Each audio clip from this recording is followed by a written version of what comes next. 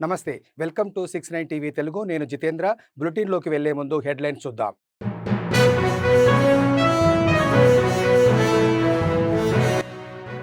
దళిత బంధు సాధన సమితి సమావేశంలో MLC Kalvakuntla Kavitha. SC వర్గీకరణలో Revanth Reddy పాత్రేమీ లేదు.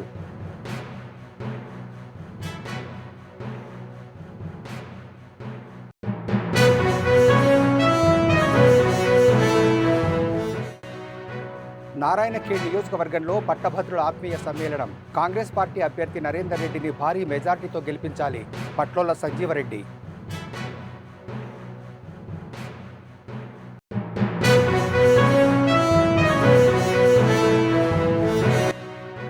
విజయనగరం జిల్లా దారుణం. భార్య అంతకుని అరెస్ట్ చేసిన పోలీసులు.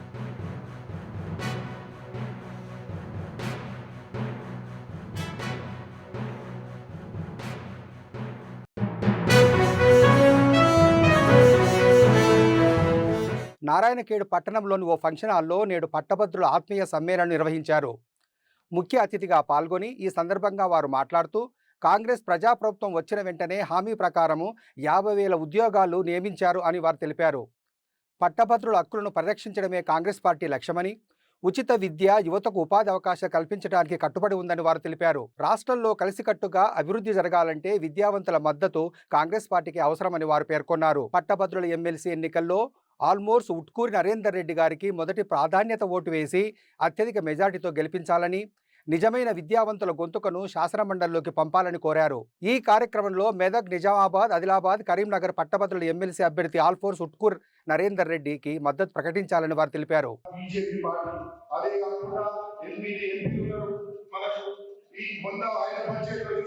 మన రాష్ట్రం నుంచి గుండు సున్నా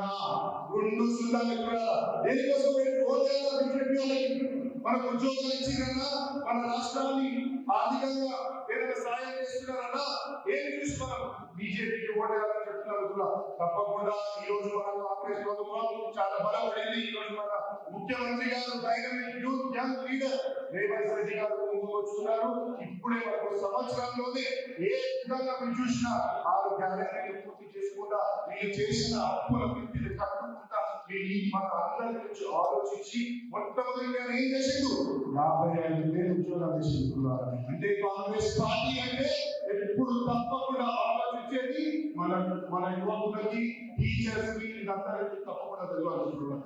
ఆ సందర్భంగా మళ్ళీ మంచి చెప్పాడు, మీ జీతం ఎప్పుడు పడ్డారు? 1వ 5వ తారీఖు. ఆర్థిక పరిస్థితి ఏముంది? ఏమీ లేకపోయినా మీకు జీతం 500 రూపాయలు వేసిన ఘనత నేను కాంగ్రెస్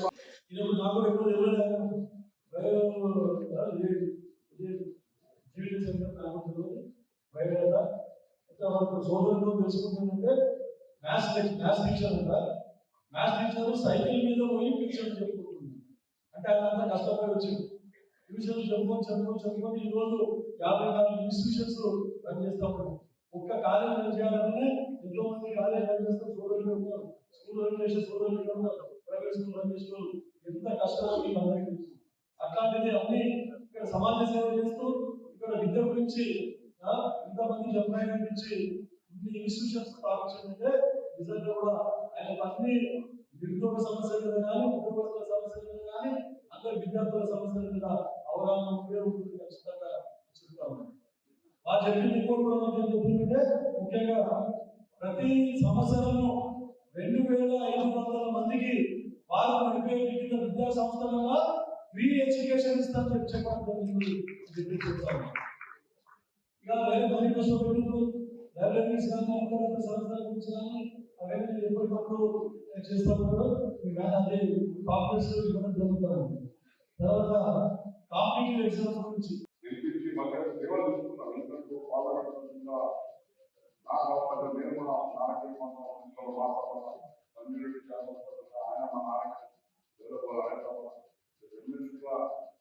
మరి నరేంద్ర గారు గెలిస్తే ఆయన కూడా మాకు ఎందుకంటే మన యువకులుగా ఉంటున్నాం.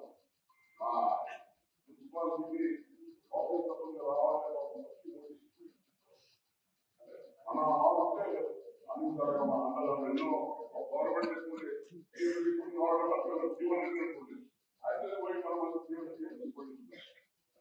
ఏదో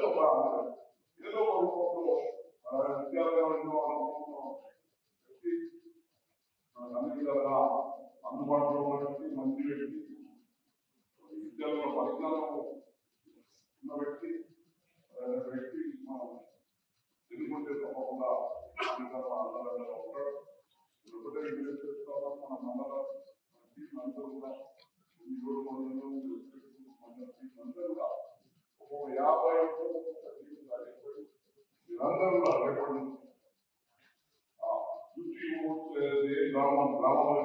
రేపటి గ్రామం మండలంలో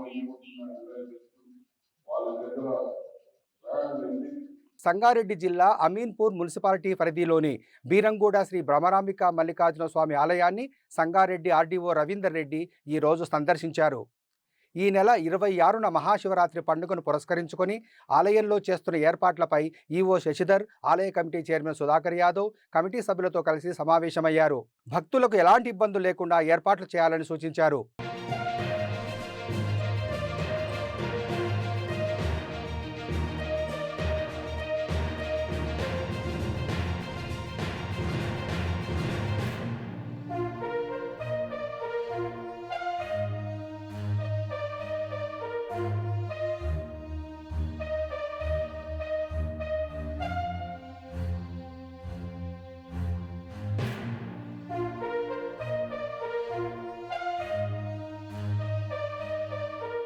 కాంగ్రెస్ ప్రభుత్వం అధికారంలోకి వచ్చిన వెంటనే 2 లక్షల రుణమాఫీ చేస్తామని ప్రకటించిన రేవంత్ రెడ్డి మాటలు నీటి మీద రాతలుగానే మిగిలిపోయాయి. చాలామంది రైతులకు రుణమాఫీ కాకపోవడంతో రేవంత్ సర్కార్పై ఆగ్రహంతో ఉన్నారు. అవకాశం ఉన్న చోట రైతులు నిరసన తెలుపుతున్నారు. తాజాగా ఓ వృద్ధ రైతు హైదరాబాద్లోని గాంధీ భవన్కు చేరుకొని ధర్నాకు దిగాడు. తనకు రుణమాఫీ చేసే వరకు ఇక్కడి నుంచి కదిలేది లేదని ఆ రైతు తేల్చి చెప్పాడు. తన పేరు తోట యాదగిరి, షౌలి గౌరారం మండలం, తుంగతుర్తి నియోజకవర్గం.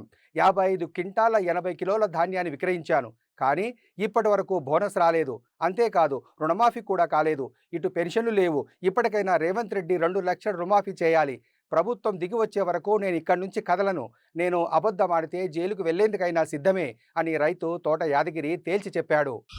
విచారించండి, అరే బాబు ఈ 2 లక్షలు ఈ పైసలు మీరు కట్టుకుంటే మీ 2 లక్షలు మాఫీ చేస్తానని చెప్పి రేవంత్ రెడ్డి గారు వాళ్ళకి ఇన్ఫర్మేషన్ ఇచ్చి కలెక్టర్ కానీ బ్యాంకు ద్వారా కానీ వాళ్ళకి ఇన్ఫర్మేషన్ ఇస్తే ఈ 2 లక్షల మీరు చూసుకోండి, కనుమ పైసలు మేము కట్టుకుంటాం. మరి ఇక్కడికి ఎందుకు వచ్చినామంటే నేను నాకు 2 లక్షలు మాఫీ చేస్తున్నారు ఏది తెలియక ప్రగతి భవన్ అనేది నాకు తెలియదు.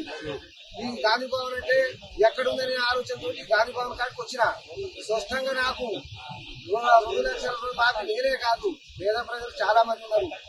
నాకు స్పష్టంగా రుణమాఫీ చేయాలి. నీ పేరు ఏం పేరు? ఏ ఊరు? ఏం పేరు? తోట యాదగిరి, శాలిగౌరవ మండలం, తుంగతుర్తి నియోజకవర్గం, నల్గొండ జిల్లా. నేను ఒక రైతును.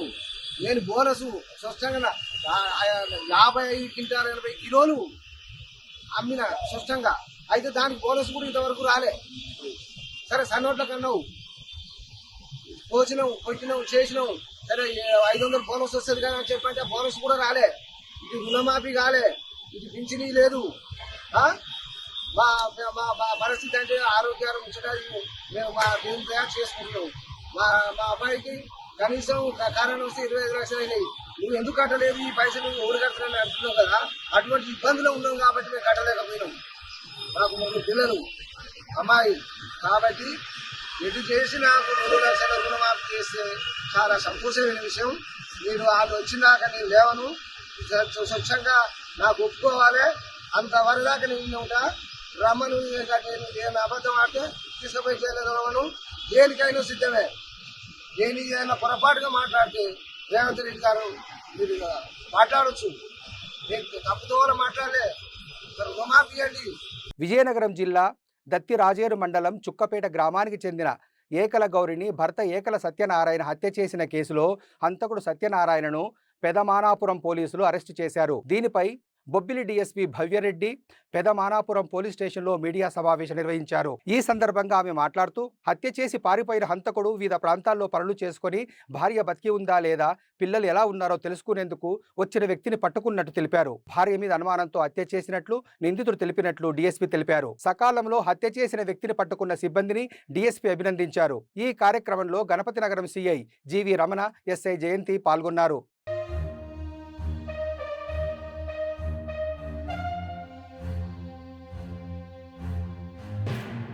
ఢిల్లీ మాజీ ముఖ్యమంత్రి ఆమ్ ఆద్మీ పార్టీ నాయకురాలు అతిషిపై ముఖ్యమంత్రి రేఖా గుప్తా తీవ్ర స్థాయిలో మండిపడ్డారు. తమ ప్రభుత్వం అధికారంలోకి వచ్చి ఒక్క రోజు కూడా కాలేదు, అప్పుడే విమర్శలు చేస్తున్నారా అంటూ మండిపడ్డారు. కాగా ఢిల్లీలో ఏర్పాటైన బీజేపీ ప్రభుత్వం ఎన్నికల హామీలు నెరవేర్చలేదంటూ మాజీ సీఎం అతిషి విమర్శించారు. ఢిల్లీ మహిళలను బీజేపీ ప్రభుత్వం మోసం చేస్తుందని ఆరోపించారు. మొదటి కేబినెట్ సమావేశంలోనే మహిళలకు నెలకు 2,500 ఇచ్చే పథకాన్ని ఆమోదిస్తామని ఎన్నికల ముందు ఇచ్చిన హామీని నెరవేర్చలేదంటూ విమర్శించారు. అతిషి విమర్శలపై సీఎం రేఖా గుప్తా తాజాగా స్పందించారు. ఈ మేరకు ఆమెకు గట్టి కౌంటర్ ఇచ్చారు. కొత్త ప్రభుత్వానికి లెక్చర్ ఇవ్వొద్దని, బదులుగా తన సొంత పని చూసుకుంటే మంచిదని వ్యాఖ్యానించారు. తాము తొలి రోజే కేబినెట్ సమావేశం ఏర్పాటు చేసి ఢిల్లీలో ఆయుష్మాన్ భారత్ యోజనను ప్రారంభించినట్టు వెల్లడించారు. దీని ద్వారా ప్రజలకు 10 లక్షల ప్రయోజనం చేకూరుతుందని తెలిపారు. ఢిల్లీని కాంగ్రెస్ 15 ఏళ్లు పాలించింది. ఆప్ 13 సంవత్సరాల అధికారంలో ఉంది. ఆ సమయంలో మీరేం చేశారు అంటూ ప్రశ్నించారు. మీ పాలనలో అనేక అవినీతి ఘటనలకు వెలుగులోకి వచ్చాయంటూ అతిషిపై విరుచుకపడ్డారు. అసెంబ్లీ సమావేశాల మొదటి రోజు ఢిల్లీ పరిపాలనకు సంబంధించి కాంప్ట్రోలర్ అండ్ ఆడిటర్ జనరల్ రూపొందించిన నివేదిక ప్రవేశపెట్టినప్పుడు అనేక మంది రహస్యాలు బయటపడతాయని వారు భయపడుతున్నారంటూ సీఎం రేఖా గుప్తా విలేకరులతో అన్నారు. कांग्रेस का राज रहा, 13 साल आम आदमी पार्टी ने राज किया. अपना कार्यकाल देखने हमें एक दिन में प्रश्न उठाने वाले ये कौन लोग हैं जिन्होंने दिल्ली को बैकफुट पे कर दिया, जिन्होंने दिल्ली का सर्वनाश किया, जिन्होंने दिल्ली की जनता के अधिकारों का हनन किया, जिन्होंने केवल नारे दिए, दिल्ली के लिए काम नहीं किए. आज वो एक दिन पे हम पे उंगली उठाएंगे. ये हम हैं जिन्होंने पहली दिन शपथ लेते ही कैबिनेट की मीटिंग करी और उस कैबिनेट की मीटिंग में आयुष्मान योजना, जो कि आम आदमी पार्टी की सरकार ने रोक रखी थी, लाखों लोगों के अधिकारों का हनन किया हुआ था, 10 लाख रुपए का लाभ सीधा सीधा हमने आयुष्मान को दिल्ली को पहली कैबिनेट की मीटिंग पहले दिन शपथ लेते ही दिया है. ये कोई लोग नहीं है, इन्हें कोई अधिकार नहीं है हमसे प्रश्न करने का. इन्हें अपना गिरेबान झांक के देखना चाहिए. दिल्ली की चिंता अब हम करेंगे. मोदी जी के नेतृत्व में दिल्ली के जो अधिकार हैं वो दिल्ली को दिए जाएंगे. कृपया अपना ध्यान रखें, अपनी पार्टी का ध्यान रखें. उसमें बहुत टूट फूट हो रही है, न जाने कितने लोग खिसकने के लिए तैयार हैं. कांग्रेस पार्टी ने बोला है Congress parliamentary party chairperson, Rajya Sabha సభ్యురాలు సోనియా గాంధీ ఆసుపత్రి నుంచి డిశ్చార్జ్ అయ్యారు. సోనియా గాంధీ గురువారం అస్వస్థతతో ఆసుపత్రిలో చేరిన విషయం తెలిసిందే. పొత్తికడుపు సంబంధిత కారణాలతో ఢిల్లీలోని సర్ గంగారాం ఆసుపత్రిలో చేరారు. అక్కడ వైద్యులు ఆమెకు అన్ని రకాల పరీక్షలు చేశారు. ప్రస్తుతం సోనియా ఆరోగ్య పరిస్థితి నిలకడగానే ఉన్నట్లు వైద్యులు వెల్లడించారు. ఈ క్రమంలోనే ఇవాళ మధ్యాహ్నం డిశ్చార్జ్ చేసినట్టు సంబంధిత వర్గాలు వెల్లడించాయి. కాగా సోనియా గాంధీ వయసు ప్రస్తుతం 78 ఏళ్లు. ఇటీవలే పలుమార్లు ఇలా అస్వస్థతతో ఆసుపత్రిలో చేరిన విషయం తెలిసిందే. అనంతరం కోలుకొని ఆరోగ్యంతో ఇంటికి చేరారు.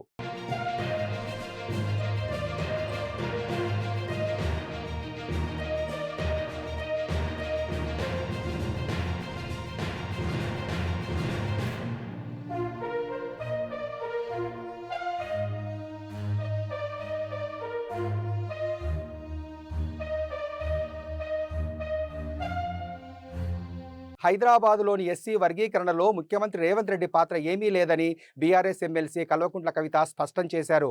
వర్గీకరణ విషయంలో ప్రధాని మోదీ, సీఎం రేవంత్ రెడ్డి చేసిందేమీ లేదని, సుప్రీంకోర్టు తీర్పు వల్ల వర్గీకరణకు బాటలు పడ్డాయని తెలిపారు. బీఆర్ఎస్ పార్టీ హయాంలో కేసీఆర్ అసెంబ్లీలో వర్గీకరణ తీర్మానం చేసి కేంద్రానికి పంపిన విషయాన్ని గుర్తు చేశారు. దళితుల మధ్య పంచాయతీ పెట్టవద్దని, ఎవరికీ అన్యాయం జరగకుండా వర్గీకరణ చేపట్టాలని ప్రభుత్వానికి సూచించారు. నాడు తన నివాసంలో జరిగిన దళిత బంధు సాధన సమితి అధ్యక్షుడు మహేష్ కోగిల్ ఆధ్వర్యంలో జరిగిన సమావేశంలో పాల్గొని మాట్లాడారు. షమీం అఖ్తర్ కమిషన్ నివేదికను బయటపెట్టి వెంటనే వర్గీకరణ చేపట్టాలని డిమాండ్ చేశారు. ఎస్సీ వర్గీకరణ పేరు చెప్పి సీఎం రేవంత్ రెడ్డి మరో మోసం చేశారని, వర్గీకరణకు ఉద్యోగాల కల్పనకు ముఖ్యమంత్రి లింకు పెడుతున్నారని అన్నారు. వర్గీకరణ వంకతో జాబ్ క్యాలెండర్ అమలు నిలిపివేయవద్దని సూచించారు. కోర్టు తీర్పు వచ్చి 6 నెలలు గడిచినా ఆలు లేదు చూలు లేదన్నట్లుగా ఉందని విమర్శించారు. రేవంత్ రెడ్డి మాటలు చెబితే నమ్మరని, ఢిల్లీ నుంచి ప్రియాంక గాంధీని తీసుకొచ్చి హామీ ఇప్పించారని, దళిత కుటుంబాలకు 10 లక్షలకు బదులుగా 12 లక్షలు ఇస్తామని హామీ ఇచ్చి మోసం చేశారని ధ్వజమెత్తారు. ముఖ్యమంత్రికి ప్రభుత్వాన్ని నడపడం చేత కావడం లేదని మండిపడ్డారు. రాష్ట్రాన్ని అప్పుల కుప్పగా చేశారని, రాష్ట్ర ఆర్థిక వ్యవస్థను సీఎం రేవంత్ రెడ్డి కుదేలు చేశారని తెలిపారు. ఇప్పటికే కేసీఆర్ మంజూరు చేసిన దళిత బంధు నిధులను విడుదల చేయాలని డిమాండ్ చేశారు. ప్రభుత్వానికి చిత్తశుద్ధి ఉంటే మిగిలిన 18,000 దళిత కుటుంబాలకు దళిత బంధు డబ్బులను విడుదల చేయాలని సవాల్ చేశారు. బడ్జెట్ ప్రవేశపెట్టే ముందే ఈ డబ్బులు విడుదల చేయాలని అన్నారు. ఎస్సీలకు బడ్జెట్లో 33,000 కోట్లు కేటాయించి కేవలం 9,800 కోట్లే ఖర్చు చేశారని ఎండగట్టారు. 5 అడుగుల అంబేద్కర్ విగ్రహాన్ని ట్యాంక్ బండ్ మీద ప్రదర్శన. దేశంలో ఎక్కడ అంత ఎత్తైన అంబేద్కర్ విగ్రహం లేదు. కానీ ఇప్పుడున్నటువంటి ముఖ్యమంత్రి గారు ఆయన ఆలోచన చిన్నగా ఉన్నది, చూపు కేవలం పెద్దవాళ్ళ వైపే ఉన్నది. అందుకే అంత పెద్ద అంబేద్కర్ ఉన్నా కూడా ఆయన చిన్న చూపే చూస్తున్నాడు. ఇంతవరకు అంబేద్కర్ కి దండ వేయకుండా, నట్ట నడిబొడ్డున సెక్రటేరియట్ పక్కనున్న అంబేద్కర్ కు దండ వేయకుండా ఆయన అంబేద్కర్ గారిని అవమానించే స్థాయి ముఖ్యమంత్రికి లేదు. కానీ అంబేద్కర్ వారసులైనటువంటి మనందరినీ కూడా అవమానం చేస్తున్నాడు అన్న విషయాన్ని నేను ఈ సందర్భంగా తెలియజేస్తా ఉన్నా. మరి ఈ వేదిక ద్వారా ముఖ్యమంత్రి గారిని నేను డిమాండ్ చేస్తా ఉన్నా, మీరు అంబేద్కర్ జయంతి ఏప్రిల్ 14 వస్తున్నది, ఆ లోపల ఖచ్చితంగా పెద్ద అంబేద్కర్ కు రాష్ట్రంలో ఉన్నటువంటి క్యాబినెట్ అంతా కూడా పోయి దండ వేసి గౌరవించాలి. లేదంటే ఏదైతే మీరు గేట్లు వేసి పెట్టినరో అంబేద్కర్ కి వాటిని బద్దలు కొట్టుకొని మేమంతా పోతాం. మా అంబేద్కర్ ను ఎట్లా గౌరవించుకోవాలో ఖచ్చితంగా అట్లా గౌరవించుకుంటాం. ఎందుకు అంబేద్కర్ ప్రస్తావన ముందు తీసుకొచ్చిన అంటే, అంబేద్కర్ ని గౌరవించలేడు, మన ఆకలిని గౌరవిస్తాడని అర్థమవుతుంది ఆయనకు. మన బాధ కేసీఆర్ కాబట్టి ఆయనకు అర్థమవుతుంది. కాబట్టి వర్గీకరణ పేరు చెప్పి ఈ ముఖ్యమంత్రి గారు చేసిన మరొక మోసం ఏంటంటే, మొదలేమన్నాడు, నేను రాగానే సంవత్సరానికి 2 లక్షలు ప్రభుత్వ ఉద్యోగాలు ఇస్తా అని చెప్పి ఇయ్యలేకపోయిన ఇంత లోపల ఏమైంది, కోట్ల ఆర్డర్ వచ్చింది వర్గీకరణ చేయాలి అని చెప్పి. అందులో మోడీ గారు చేసింది ఏం లేదు, రేవంత్ రెడ్డి గారు చేసింది ఏం లేదు. సుప్రీంకోర్టులో ఆర్డర్ వచ్చింది వర్గీకరణ చేయాలి అని చెప్పి. వర్గీకరణ చేయాలనగానే ఈయనకు ఐడియా వచ్చింది, అరే నేను ఎట్లా ఉద్యోగాలు ఇవ్వలేకపోతున్నా కాబట్టి ఒక లింక్ పెడదామని చెప్పి ఇక వర్గీకరణ అయ్యే వరకు నేను జాబ్లు ఇవ్వబోయని మొదలుపెట్టింది. 6 నెలల తీర్పు వచ్చి ఇప్పటిదాకా ఆల్లేదు సూళ్ళలేదు అన్నట్టు ఉన్నది పరిస్థితి. ఇప్పుడు ఇక తప్పక మనందరం వెంటబడి లొల్లి పెడితే కులగణన చేయాల్సి వచ్చింది. లొల్లి పెడితే కులగణన చేసేవారైనా రిపోర్ట్ దాచుకుంటారా, అసెంబ్లీలో పెట్టాలి కదా. ఇవాళ డిమాండ్ చేస్తా ఉన్నా నేను ఈ వేదిక ద్వారా, అన్న చెప్పింది కరెక్ట్, వర్గీకరణ 2011 జనాభాతో చేస్తా అంటున్నా ఆయన. నిన్నగాక మొన్ననే లెక్క చేసింది కదా రాష్ట్ర ప్రభుత్వం. మరి మొదలు ఆ లెక్కలన్నా బయట పెట్టాలి కదా. ఆ లెక్కలు బయట పెడతలేరు, ఎందుకంటే తెలుస్తుంది కదా దళితులు 15% కాదు ఎక్కువ ఉన్నారని తెలుస్తుంది. మానూరు మండలంలోని బోరంచ నల్లపోచమ్మ ఆలయంలో ఆలయ అర్చకులు మంగళహారతి ఇచ్చారు. దూర ప్రాంతాల నుంచి భక్తులు అధిక సంఖ్యలో వచ్చి అమ్మవారిని దర్శించుకున్నారు. ఒడిబియ్యం సమర్పించి మంగళహారతి ఇచ్చారు. భక్తులు దేవాలయం చుట్టూ ప్రదక్షిణలు చేసి నైవేద్యం సమర్పించారు. ఆలయ అర్చకులు అమ్మవారిని పట్టు వస్త్రాలతో అలంకరించారు.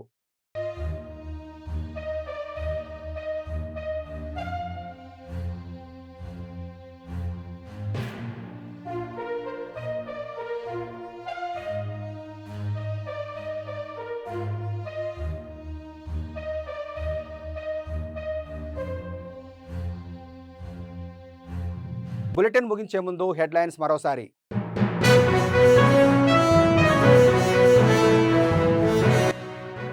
దళిత బంధు సాధన సమితి సమావేశంలో ఎమ్మెల్సీ కల్వకుంట్ల కవిత, ఎస్సీ వర్గీకరణలో రేవంత్ రెడ్డి పాత్రేమీ లేదు.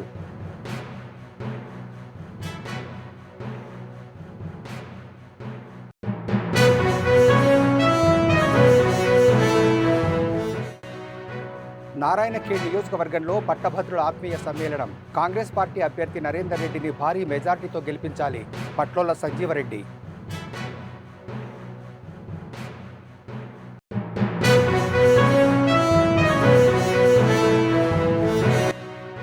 విజయనగరం జిల్లా దారుణం, భార్య అంతకుని అరెస్ట్ చేసిన పోలీసులు.